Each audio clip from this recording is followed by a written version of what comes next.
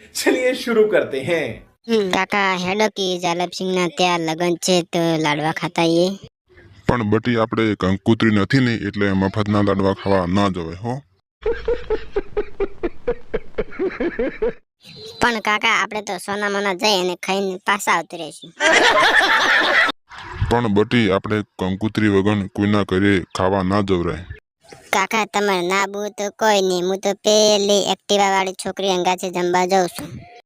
સારું જા, પણ તું જમીને તરત પાછો આવી જાજે બેટા. अब आए ना लाइन पे। પુષ્પા ભાઉ, આજે જાલમસિંહના ઘરે રાધાના લગ્ન છે તો ચાલો રાધાના લગ્નમાં જવાનું છે. ના વિક્રમભાઈ, આપણે જાલમસિંહના ઘરે વગન કંકોત્રીએ પોઠા ખાવા નથી આવું. તમે જાતા હો. પુષ્પા ભાઉ, તમારે ના આવવું તો કઈ નહીં, હું તો જવાનો છું. કેમ કે મારી રાધા પરણે છે એટલે હું તો જવાનો જ છું, ભલે ને પોઠા પડે. यही नहीं, अभी और सुनिए। જાલમસિંહ, બહાર નીકળો, હું રાધાને લેવા આવ્યો છું. વિક્રમ, જે વાટે આવે છો ને એ વાટે પાછો જતો રહેજે, ને કે આ લાકડી જોઈ છે ગુડા ભાગી નાખીશ.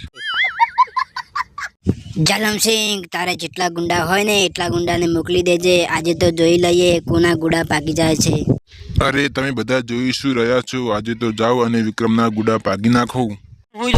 मालूम है तेरे बाप को मत सिखा चल। આજે તો ભલે ને હું લોહી લવાણ થઈ ગયો, પણ હું રાધાને તો લઈને જ જઈશ. તમારે જેટલા હોય ને એટલા આવી જાવ. આજે તો હું એક એકને પટકી પટકીને મારીશ. તને તો બટી મેં ના નથી પાડી કે તું વિક્રમ અંગાત ન જાજે, તો તું જેમ જઈ હતી અને કવે જેમ પાસે આવી જી. કાકા વિક્રમ હંગાસ તો મારે હવે નથી જવું, કેમ કે મને તો વિક્રમે 5 વીઘા બાજરી વઢાઈ હતી. कैसे कैसे लोग रहते हैं यार।